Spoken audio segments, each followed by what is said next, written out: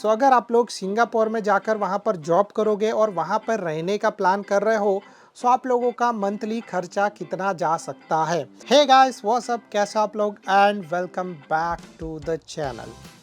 आज इस वीडियो में मैं आपके साथ शेयर करने वाला हूँ सिंगापुर का कॉस्ट ऑफ लिविंग। सो अगर आप लोग इंडिया से सिंगापुर जाने का प्लान कर रहे हो, अगर आप लोग वहाँ पर जाकर रहने वाले हो, फॉर एग्जांपल अगर आपको वहाँ पर जॉब मिल गया है या फिर आप अपने लिए जॉब देख रहे हो, सो आप लोग वहाँ पर जाने के बाद आप लोगों का मंथली खर्चा कितना आएगा, उसके लिए ये वीडियो रहने वाला है। एंड इसके अंदर मैं आप लोगों को सारी डिटेल शेयर करने वाला हूँ, जो सारी डिटेल्स मुझे मेरे कुछ फ्रेंड्स ने शेयर की है जो लोग सिंगापुर में ऑलरेडी जॉब करते हैं। सो उसके मुताबिक आप लोगों को मैं इस वीडियो के अंदर सारी डिटेल्स देने वाला हूँ। सो अगर आप लोग सिंगापुर में जाकर वहाँ पर जॉब करोगे और वहाँ पर रहने का प्लान कर रहे हो, सो आप लोगों का मंथली खर्चा कितना जा सकता है। अब ये चीज़ मैं आप लोगों को पहले बता रहा हूँ, वो है पर पर्सन के हिसाब से। फिर उसके हिसाब से अगर आप लोग अपने परिवार को लेके जाओगे तो खर्चा कितना होगा, वो भी मैं वीडियो के अंदर शेयर करते रहने वाला हूँ। सो पहले फॉर एग्जांपल कि आपको अगर जॉब मिल गया और आप लोग सिंगापुर जा रहे हो, सो वहाँ पर जाने के बाद आप लोगों को सबसे पहला चीज़ लगेगा एंड वो है एक जगह जहाँ पर आप लोग रहोगे या फिर रात को रुकोगे। सो वैसी जगह, मतलब एक तरीके से मैं आप लोगों को बोलूँ तो स्टे, सो जो आप लोगों को मोस्टली मिलेगा रेंट बेसिस पे। अब इसमें डिपेंड करता है कि आप लोग कितना बड़ा घर लेने के लिए जा रहे हो। अगर आप लोग ज़्यादा बड़ा घर लेने के लिए जाओगे तो डेफिनेटली आप लोगों का जो रेंट है वो बहुत ही ज़्यादा रहेगा। इसमें एक चीज़ और होता है कि ज़्यादा करके सिंगापुर के अंदर आपको जो रेंट बेसिस पे घर मिलता है वो होता है फर्निश्ड, मतलब इसके अंदर आप लोगों को एक बेड मिल जाएगा, नॉर्मल किचन और उसके अंदर कुछ सामान रहता है वो मिल जाएगा, और उसके अलावा कुछ लाइक कबर्ड्स और वैसी चीज़ें मिल जाएंगी जिसके अंदर आप अपना सामान रख सकते हो। सो फुल्ली फर्निश्ड तो उसको नहीं बोल सकते, मतलब पार्शली फर्निश्ड आप लोग बोल सकते हो।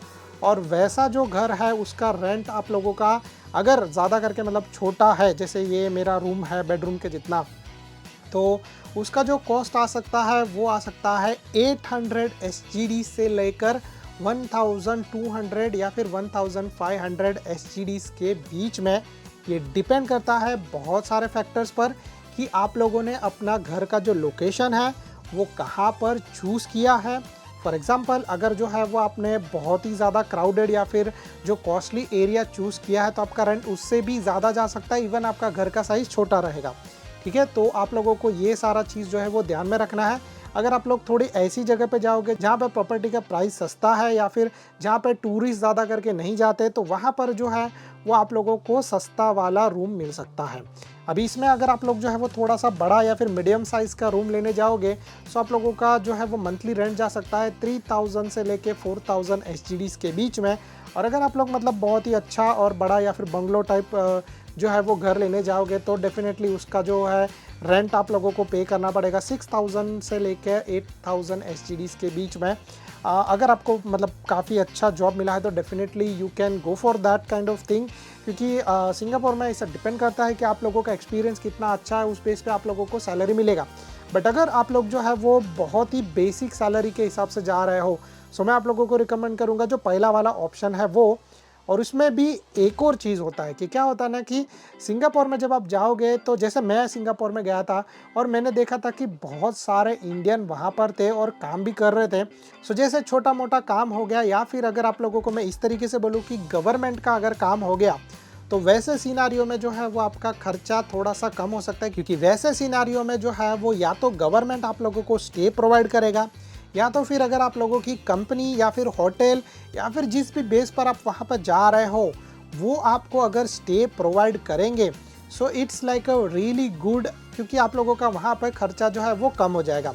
बट आप लोगों का सैलरी अगेन इतना अच्छा नहीं होगा क्योंकि आप लोगों ने जो है वो उन लोगों का स्टे ऑप्शन जो है वो चूज़ किया है। अभी इसके बाद दूसरे खर्चे के बारे में बात करते हैं। एंड दूसरा जो खर्चा है वो सबसे बड़ा और सबसे मतलब इम्पॉर्टेंट है एंड वो है खाना। तो अगर आप लोग सिंगापुर में जाओगे तो सिंगापुर में जाने के बाद आप लोगों का मंथली एक्सपेंसेस कितना आ सकता है। सो फॉर एग्जांपल कि अगर आप लोग अकेले हो और सिंगापुर में जा रहे हो और वहाँ पर आप लोग खाने का प्लान कर रहे हो, तो सिंगापुर में food is really costly, but वहाँ पर भी बचत करने के और ईजी वे टू सर्वाइवल का चांस है। अगर आप लोगों ने वैसे कुछ ऑप्शन ढूंढ लिए सो आप लोगों का जो है वो खर्चा जा सकता है 400 टू लेकर 500 SGDs पर मंथ का, जिसमें आप घर पर ही खाना बनाओगे। आप बाहर से खाना जो है वो नहीं ला खाओगे या फिर उसको अफोर्ड मतलब कभी कभार हफ्ते में एक बार इट्स ओके, क्योंकि नॉर्मल अगर आप एक मील लेने जाओगे तो सिंगापुर में एक मील का कॉस्ट जाता है 8 SGDs टू लेकर 12 या 15 SGDs। और वो पता है ना आप लोगों को मील जो मिलेगा वो है बर्गर किंग, मैकडोनल्ड्स या फिर वैसी फास्ट फूड चेन के अंदर, जो आप लोगों के लिए इनफ नहीं रहेगा। थोड़े टाइम बाद डेफिनेटली आप लोगों को जो है वो भूख लगेगा।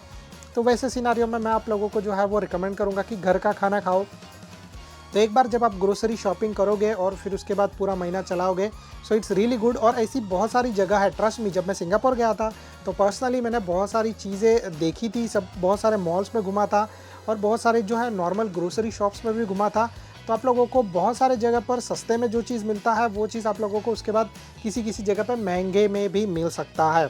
सो ये चीज़ आप लोगों को अपने हिसाब से देखना पड़ेगा। अभी इसके बाद हम लोग तीसरी चीज़ के बारे में बात करते हैं, एंड वो है कपड़े। तो आप सिंगापुर में रहोगे तो डेफिनेटली आप लोगों को कपड़े लगेंगे। आप लोग इंडिया से तो कुछ लेके जाओगे, बट डेफिनेटली आप लोगों को सिंगापुर से भी कुछ कपड़े लेने पड़ेंगे। तो सिंगापुर में कपड़े जो है वो बहुत ही कॉस्टली है। अगेन बहुत सारी चीज़ जो है वो इंपोर्ट होकर आती है, तो it's like a really costly.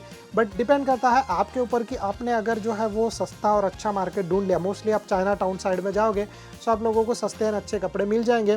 तो ये कपड़े जो है वो आप लोगों को 20 SGD से लेकर 50 SGD के बीच में मिलेंगे। डिपेंड आप क्या लेते हो। इसमें जो है वो अच्छी क्वालिटी वाला शर्ट या फिर टी शर्ट हो गया और अच्छी क्वालिटी वाला पैंट हो गया। अच्छी मतलब एकदम से अच्छी वाली नहीं, बट इट्स लाइक ओके, जो आपके काम के लिए जो है वो काम कर लेगी। अब इसके बाद अगर जो है वो आप लोग बहुत ही अच्छा कंपनी का लोगे, जैसे लिवाइस या ऐसा कुछ हो गया, सो आप लोगों को 100 से लेकर 200 SGD के बीच में पे करना पड़ सकता है। अभी हम लोग यहाँ पर बात करते हैं कि ये तीनों चीज़ें तो इम्पॉर्टेंट है, रोटी, कपड़ा और मकान, बट इसके अलावा एक और चीज़ इम्पॉर्टेंट है और वो है पानी। तो सिंगापुर में अगेन पानी जो है वो भी कॉस्टली है।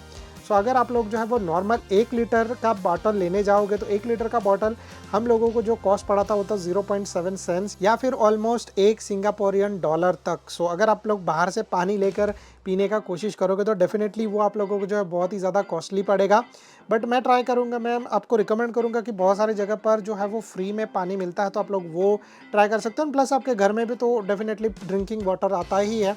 सो आप लोगों का वहाँ पे सेव हो जाएगा। स्टिल पानी का बिल जो है वो आप लोगों को देना पड़ेगा और वो आता है 20 से लेके 50 SGD के बीच में। अभी इसके बाद हम लोग बेसिक यूटिलिटीज़ का बात करते हैं। अब बेसिक यूटिलिटीज़ के अंदर क्या क्या चीज़ इंक्लूड होता है सिंगापुर के अंदर। सो बेसिक यूटिलिटीज़ में इंक्लूड होता है आप लोगों का घर का इलेक्ट्रिसिटी बिल, घर का गैस कनेक्शन और उसके अलावा और कुछ चीज़ें लाइक अगर हीटर या ऐसा कुछ चीज़ है, सो वो चीज़ अंदर इंक्लूड हो जाता है बेसिक यूटिलिटीज़ के अंदर। तो उसका कॉस्ट आप लोगों को जा सकता है 100 से लेके 200 SGD के बीच में, अगर आप लोग छोटे घर में रहते हो। अगर मीडियम में गए तो फिर अगेन वो बढ़ेगा, वो 200 टू 300 या फिर उससे भी ज़्यादा जा सकता है। और अगर आप लोग जो है वो उससे भी ज़्यादा बड़े घर के लिए गए तो डेफिनेटली 300 टू लेकर 500 SGD के बीच में आप लोगों का ये यूटिलिटी का कॉस्ट आ सकता है। मतलब ज़्यादा करके जो है वो इलेक्ट्रिसिटी का बिल बढ़ेगा, बाकी गैस और ये सब चीज़ें तो आप सेम ही यूज़ करने वाले हो। अब इसके बाद हम लोग बात करते हैं आपके ट्रैवलिंग का। तो फॉर एग्जांपल अगर आप सिंगापुर में रहोगे तो आप लोगों को घर से ऑफिस और ऑफिस से घर तो आना ही पड़ेगा। तो वैसे सिचुएशन में आप लोगों का ट्रैवलिंग का एक्सपेंसेस कितना जा सकता है। तो जो MRT का अनलिमिटेड राइड्स वाला जो पास होता है, मंथली पास, वो सिंगापुर में आपको मिलेगा 121 SGD टू बी एग्जैक्ट। और अगर एस्टिमेट में आप लोगों को बोलूँ तो 100 से लेके 150 SGD के बीच में, बट 121 जो है वो उसका एग्जैक्ट कॉस्ट है मंथली पास का। सो अगर आप लोग मतलब सिंगापुर में ट्रैवल करने के लिए यूज़ करोगे तो आप मेट्रो अनलिमिटेड टाइम तक यूज़ कर सकते हो, पूरे महीने में जितनी बार चाहिए उतने बार। और आप लोगों का जो वर्क पास होगा वो आप लोगों को 121 SGD में मिल जाएगा। अभी अगर थोड़ा सा बड़ा रहेगा तो ज़्यादा नहीं बड़ा रहेगा, $10 के समथिंग के आसपास ही बढ़ता है, इससे ज़्यादा नहीं बढ़ सकता। और मैं जस्ट रिसेंटली गया था तो मुझे ये जो है वो लेटेस्ट प्राइस मिला था। अब इसके बाद लास्ट चीज़ का बात कर लेते हैं, एंड वो है अगर आप लोगों का सिम कार्ड और उसके अलावा आप लोगों का इंटरनेट का प्लान है तो फॉर एग्जांपल अगर आप अपने घर पे एक सस्ता वाला इंटरनेट लगाओगे, स्लो स्पीड वाला, सो आप लोगों को कॉस्ट पड़ेगा 40 टू लेके 60 SGD, जिसमें मुझे बताया गया था कि 8 Mbps का आप लोगों को स्पीड मिलेगा अनलिमिटेड इंटरनेट। और अगर आप लोग जो है वो मोबाइल लेने के लिए जाओगे तो मोबाइल का एक जो सिम कार्ड आता है वो आप लोगों को कॉस्ट पड़ेगा, पकड़ लो 10 टू लेकर 20 SGDs पूरे महीने का, जिसके अंदर आप लोगों को जो है वो अनलिमिटेड इंटरनेट नहीं मिलेगा, कुछ लिमिटेड ही मिलता है। बट आप लोगों को जो है वो प्लान मिलेगा जिसमें आप लोग नॉर्मल कॉलिंग भी कर सकते हो और मैसेजेस भी भेज सकते हो, और उसके साथ साथ जो है वो आप लोग इंटरनेट भी यूज़ कर सकते हो।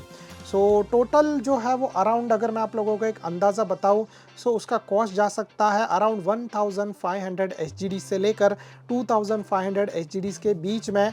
अगर आप अपने परिवार में से किसी और को एक्स्ट्रा लेके जाओगे तो शायद से वो 3000 से लेकर 3500 SGD तक भी जा सकता है, क्योंकि परिवार में एक और बंदा आ जाता है, फिर उसका खाना हो गया, फिर उसका जो है वो एक्स्ट्रा ट्रैवलिंग का कॉस्ट हो गया, उसके कुछ एक्स्ट्रा और कॉस्ट होते हैं तो वो भी आप लोगों को लगेगा। सो अराउंड अगर आप लोग जो है वो अकेले जाके वहाँ पर काम करने का सोच रहे हो, सो आप लोगों को सैलरी इसके हिसाब से देखना पड़ेगा। मतलब अगर आपको अराउंड 4000 SGD का सैलरी मिलेगा, सो 1500 आप एडजस्ट करोगे तो उसमें 1500 आपके बचेंगे। इसमें एक और चीज़ है कि अगर आप जो है वो ये स्टे जो घर है वो अगर आप किसी के साथ शेयर करोगे, सो आपका पैसा वहाँ पे बच जाएगा। मतलब फॉर एग्जांपल कि आपको एक घर मिला जिसमें फर्निश्ड है और उसका जो रेंट आ रहा है वो 1000 SGD आ रहा है। सो अगर आपने किसी और को जो है वो अपने साथ रहने दिया तो उसमें 500 SGD का खर्चा जो है वो कम हो जाएगा। सो आप इस तरीके से जो चीज़ कर सकते हो। ज़्यादा करके जो इंडियन है वो इसी तरीके से रहते हैं, 2 या 3 लोग, जिसमें इलेक्ट्रिसिटी और बाकी सब चीज़ों का जो है वो खर्चा बच जाता है, और फिर उसके बाद जो है वो लोग कुछ एक्स्ट्रा पैसे बचाने के बाद अपने घर पे बेच सकते हैं। So I think so that's it from my side. अगर आप लोगों को ये वीडियो पसंद आ रहेगा तो please do like and subscribe to our channel. अगर आप लोगों को इसके बारे में और भी ज़्यादा डिटेल चाहिए तो आप लोग नीचे कमेंट कर सकते हो। Thank you so much guys for watching, bye bye and good luck.